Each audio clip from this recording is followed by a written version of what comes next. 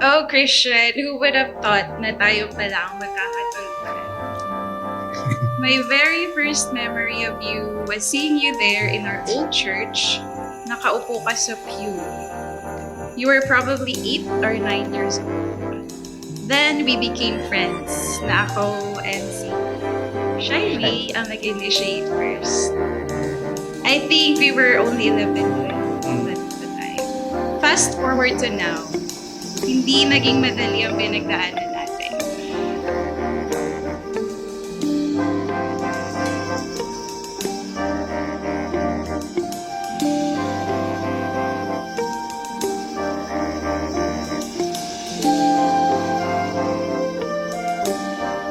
Ang celebration na to hindi lang naman para sa atin. Most especially ang celebration na to para sa ginawa ng Panginoon para sa atin. Lahat ng prayers natin, lahat ng mga pinagdaanan natin.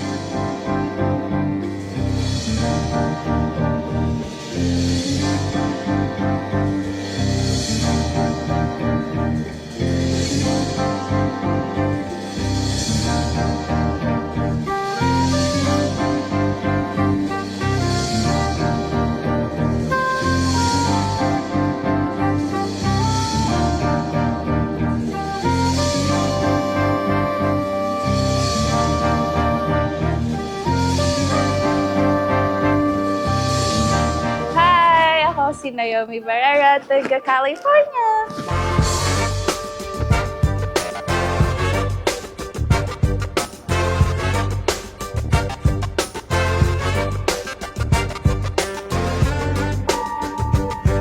Bata, aninong anak ka? Ah.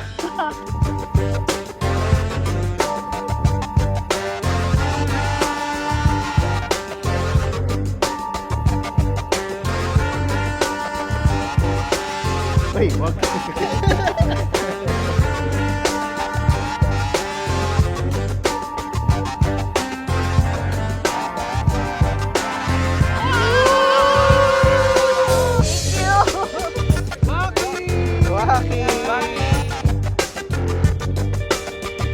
Ako sa'yo. Matuto ka mag-sorry. Kahit hindi mo rin kasalanan. Pero, with hesitation. Basta sabihan mo ako pag gusto mo mali, susunduin kita. Anytime.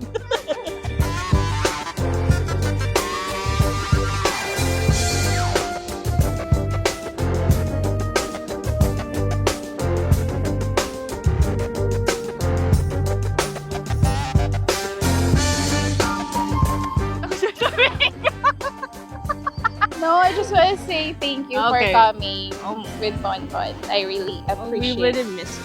We love you so Thank much. you so much. I love you.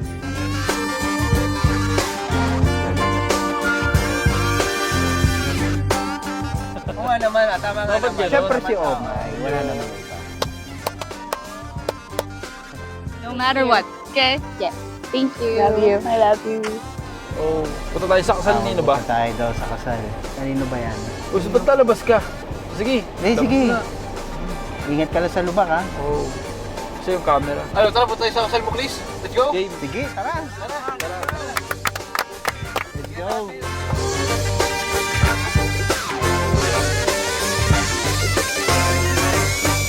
Paano, ikasta na si Chris? Yun! So, paano, Chris? Yung ano namin, ha? Sige. Paano, Chris?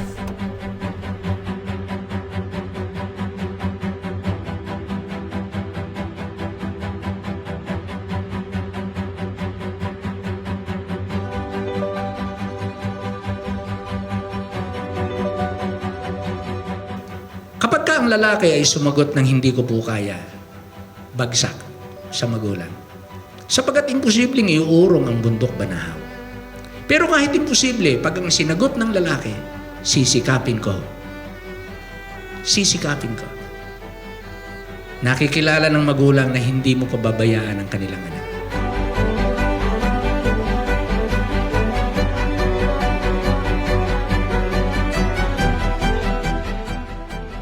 Christian, lakas at karunungan, maging ang iyong tinig at lahat ng tinatangkilik ay magiging kanlungan ng iyong asawa at ng iyong magiging pamilya.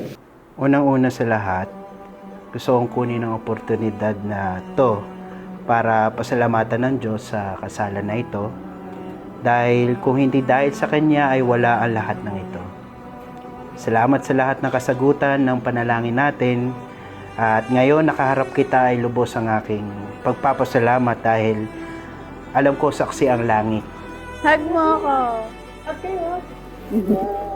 So bilang mag-asawa, nandoon yung tiwala at ang Diyos lang din lagi yung kanilang titingnan.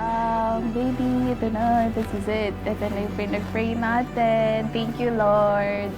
Kasi we're finally getting married.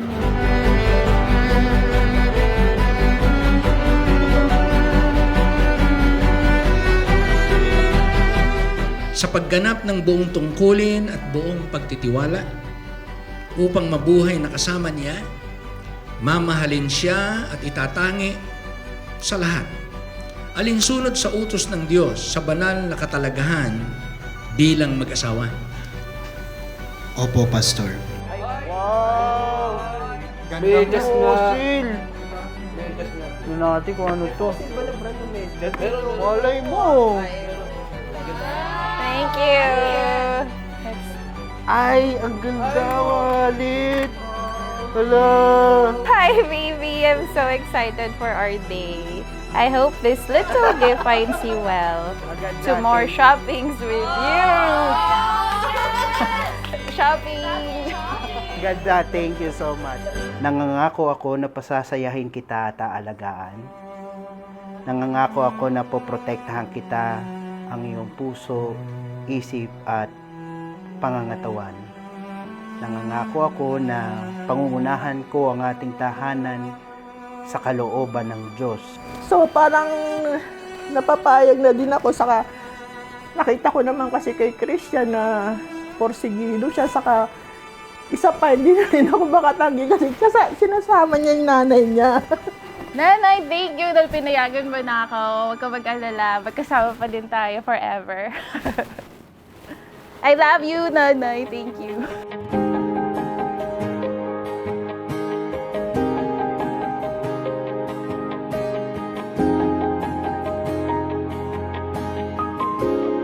Noon pa lang talagang sigurado na ako sa kanya. Ang lahat sa isang kanta.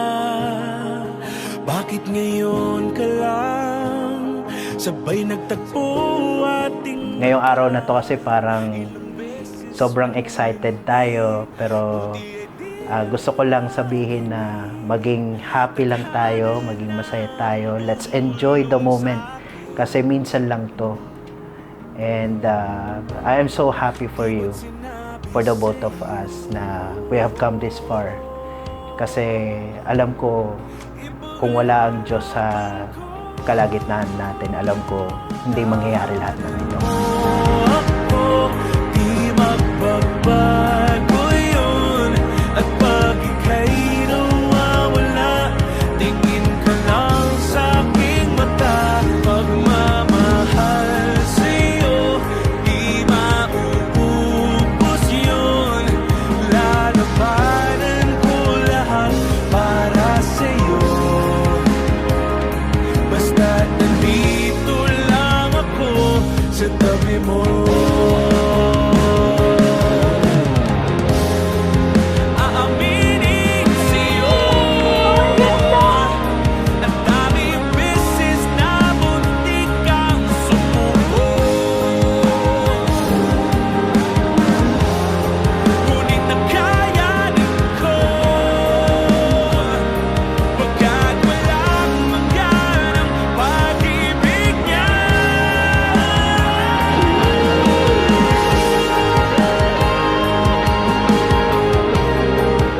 Today, in the presence of our dear God, our families, and friends, I vow to be your helpmate. I vow to listen to you. I promise to be your peace in this very chaotic world.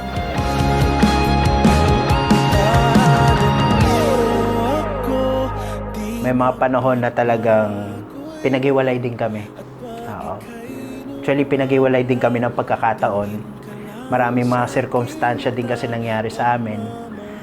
Pero hindi namin alam, pero bumabalik kami sa isa't isa.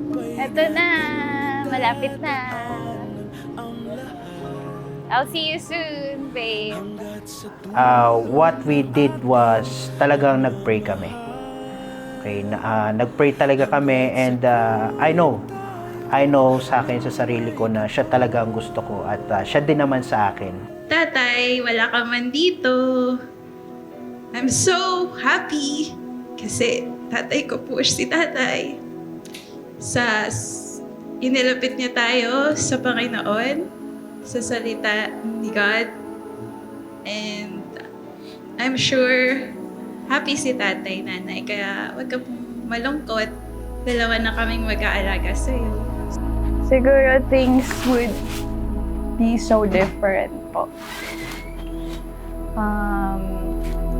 Sasabihin ko kay tatay na thank you kasi tinalaki niya po kami ng maayos and kasama talaga yung Bible sa pagpapalaki po sa amin. And sasabihin ko lang sa kanya na mahal ko po si tatay.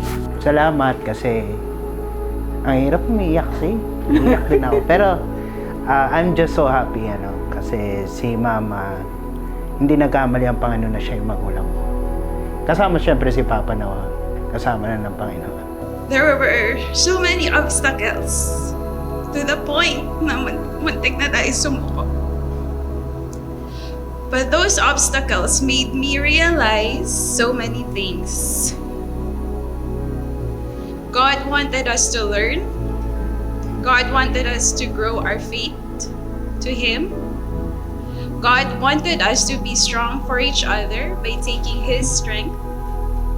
And He wanted us to pray harder, to invite Him into our journey. Kaya Naomi, ang pagmamahal mo sa Diyos ay higitan mo dahil siya ang nagbigay ng lalaki para sa iyo, na mapapangasawa mo, na mamahalin ka habang kayo nabubuhay. Nangangako kung lubos kitang mamahalin sa kahit anong sitwasyon ng ating buhay. Kaya my Naomi Di Barrera, my future wife, mahal na mahal kita. Mamahalin kita hanggang sa huling hininga ng aking buhay. Pumayo kayo at magpakarami. Lastly, gusto ko lang sabihin ito. Hindi ko madalas sabihin, lalo na sa harapan ng maraming tao. But I am so grateful to God dahil ikaw ang binigay niya sa akin. At mahal na mahal kita. Christian Angelo Mendoza, I love you.